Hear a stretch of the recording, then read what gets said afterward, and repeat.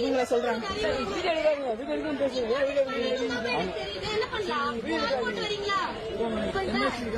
இல்லண்ணா இந்த மாதிரி ஏதாச்சும் உங்களுக்கு சொல்லிருக்காங்களா இந்த மாதிரி அசம்பாவித யாராச்சும் ஆனா இப்ப கோர்ட்ல ஏதாவது கம்ப்ளைண்ட் பண்ணா என்ன சொல்றது?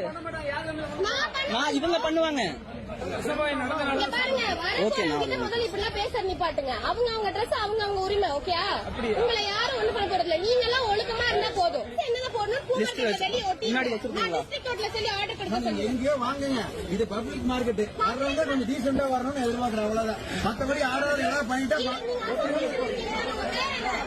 அவங்க பேர் சொல்லுங்க. நீங்க போங்கன்னு சொல்லியாச்சு. இல்ல போங்க இல்லனா நீங்க இந்த மாதிரி சொல்லுங்க.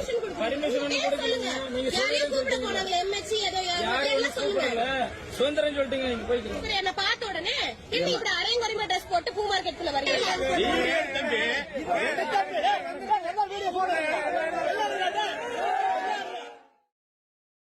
அரைகுறை ஆடை அணிந்து உள்ளே வரக்கூடாது, ஏற்கனவே ஒரு சில அசம்பாவிதங்கள் நடந்திருப்பதாக இளம்பெண்ணிடம் பூ மார்க்கெட்டில் இருக்கக்கூடிய வியாபாரிகள் பேசக்கூடிய வீடியோவும், எது அரைகுறை ஆடை, என்னுடைய ஆடையை நான் அணிவதற்கு யாரிடம் அனுமதி வாங்க வேண்டும், இந்த ஆடை தான் இங்கே அணிந்து வர வேண்டும் என்று ஏதாவது விளம்பரங்களோ இல்லை ஏதாவது எழுத்துக்களோ இல்லை ஏதாவது குறிப்புகள் இங்கே வரையறப்பட்டதா என்ற பெண் ஒருவர் வியாபாரியிடம் சண்டையிடக்கூடிய ஒரு வீடியோ தான் தற்போது வெளியாகி சர்ச்சையை எழுப்பியுள்ளது.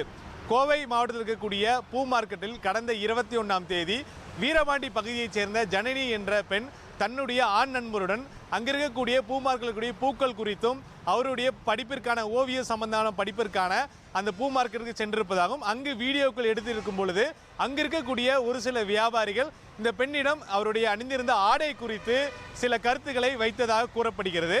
அந்த கூறப்பட்ட அந்த கருத்துக்களின் அடிப்படையில் தான் இந்த வீடியோவில் இருக்கக்கூடிய சுமார் 3 நிமிடங்கள் ஓடக்கூடிய இந்த வீடியோவில் அந்த பெண்ணிடம் வியாபாரிகள் பேசுவதும் வியாபாரிகளுக்கு அந்த இளம்பெண் பதில் கொடுப்பதுமாக அந்த வீடியோவில் இடம்பெற்றிருக்குது. இந்த சம்பவம் தொடர்பாக ஜனனி என்ற அந்த 1ஆம் ஆண்டு படிக்கக்கூடிய சட்டக்கல்லூரியில் அந்த மாணவி மாநகர காவல் ஆணையர் அலுவலகத்தில் ஒரு புகார் மனுவை கொடுத்திருக்கார். அந்த புகார் மனுவில் கடந்த 21ஆம் தேதி என்னுடைய படிப்பிற்காக வீடியோ மற்றும் புகைப்படம் எடுப்பதற்காக பூ மார்க்கெட்டுக்கு சென்றிருந்தேன்.